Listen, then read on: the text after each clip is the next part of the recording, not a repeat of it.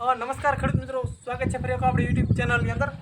ખેડૂત ભાઈઓ, આજે આપણે જે અમારું જે બિયારણ જે મગફળીનું જે ફોલાવેલું જે તૈયાર લીધેલું છે તે પડ્યું છે, તો તેની અંદરથી મેં 2 બાચકીની અંદરથી અલગ અલગ દાણા કાઢ્યા છે। તમે જોઈ શકો છો મગફળીના આપણે ખેડૂત ભાઈઓ 7 દાણા કાઢ્યા છે મગફળીના, બરાબર।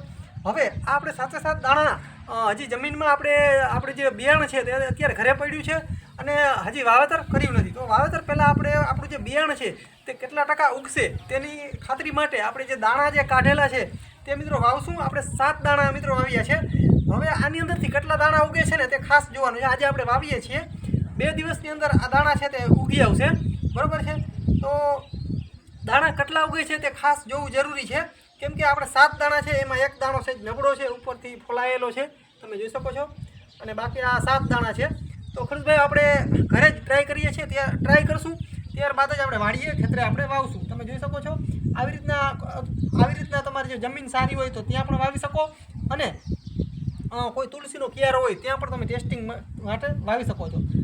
તો આપણે 3 દાણા વાવ્યા, આ 4 બરોબર છે। તો આવી રીતના કોઈ પણ મિત્રો જમીન હોય આપણે સારી વ્યવસ્થિત ઘરે કુંડામાં કે ગમે ત્યાં આપણે વાવી દેવાના। તો તમે ખેડૂતભાઈ જોઈ શકો છો આપણે 7 દાણા વાવ્યા છે। આ ટેસ્ટિંગ આપણે થઈ જશે ખાસ કે આમાં કેટલા દાણા ઉગે છે।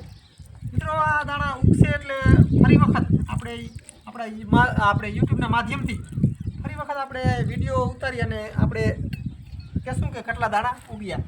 તો ખેડૂત ભાઈઓ આવી રીતના કરવું ખાસ જરૂરી છે, કેમ કે આપણે જમીનમાં વાવી દીધા પછી કદાચ ન ઉગે તો આપણું બિયારણ પણ જાય અને ડબલ ખર્ચો થાય, તેવું ન થાય તેના માટે અમે ખાસ જય સાલ પણ અમે આવી રીતના જ કર્યું હતું અને આ વર્ષે પણ આવી રીતના જ કર્યું છે। એટલે 7 દાણા વાવી દીધા છે। 2 થી 3 દિવસની અંદર આપણે કમ્પ્લીટ ખબર પડી જશે કે આપણે દાણા કેટલા ઉગ્યા છે। હવે મિત્રો આની અંદર અમે કોઈ પણ જાતના દવાનો પટ પણ મારેલ નથી, કેમ કે અમુક દવા જે છે તેનો પટ મારવાથી દાણા વધારે ઉગે છે અને જલ્દી ઉગે છે, એટલે આમાં આપણે ખબર પડી જશે કે એમને સામાન્ય છે, આ દાણાની અંદર કોઈ પણ જાતની દવા કે કાંઈ નાખેલ નથી, એમને વાવેલા છે, તો ખબર પડી જશે આપણે કે આ દાણા કેટલા ઉગે છે આની અંદરથી। તો ખેડૂત આવી રીતના ખાસ ચકાસણી કરી અને ત્યારબાદ જ દાણા વાવવા, કેમ કે કોઈ દાણાની અંદર ખરાબ દાણા હોય અથવા તો ડંખવાળા હોય તો દાણા તે ઉગશે નહીં, એટલે ખાસ આવી રીતના આપણે ખબર પડી જશે। આ દાણાની અંદર ઓછામાં ઓછા આપણે 7 દાણા નાખ્યા છે, તો 5 થી 6 દાણા તો ઓછામાં ઓછા ઉગવા જ જોઈએ, તો જ આપણું બિયારણ કમ્પ્લીટ કહેવાય। આમ જો 7 ઉગી જશે તો આપણું 100% બિયારણ ઓકે છે તેવું આપણે માની લેવાનું।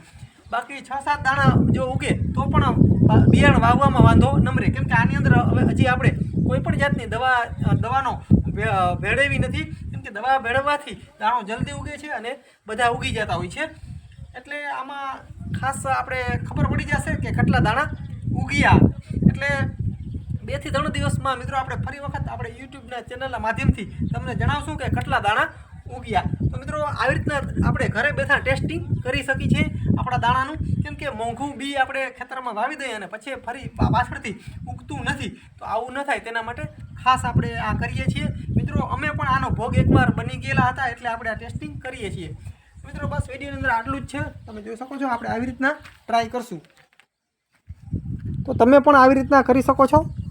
તમે જોઈ શકો છો આપણે કયારામાં આવી રીતના વાવી દીધા છે 7 દાણા, બરોબર છે। હવે આપણે 2 થી 3 દિવસ થશે એટલે ફરી દાણા છે તે ઉગી અને કમ્પ્લીટ થવા જોઈએ, કેમ કે કેટલા ટકા ઉગે છે તે મિત્રો આપણે આગળના વિડીયોમાં તમને ખાસ જણાવશું। તો મિત્રો આજના વિડીયોની અંદર બસ આટલું જ।